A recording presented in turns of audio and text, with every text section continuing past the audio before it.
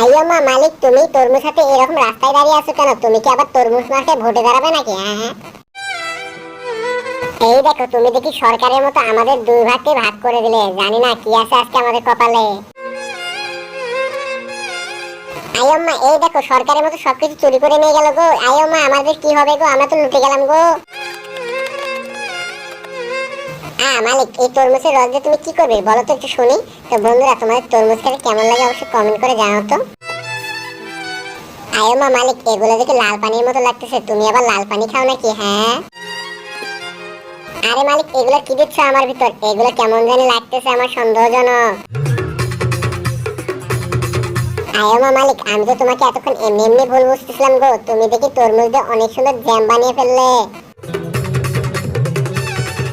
দেখেছো বন্ধুরা, মালিক কত সুন্দর জ্যাম বানিয়ে ফেললো। তোমরা কমেন্ট করে জানাও তো তোমাদের জ্যাম খেতে ভালো লাগে নাকি খারাপ। আর চ্যানেলে নতুন, চ্যানেলটি সাবস্ক্রাইব করে দিতে ভুলো না কিন্তু।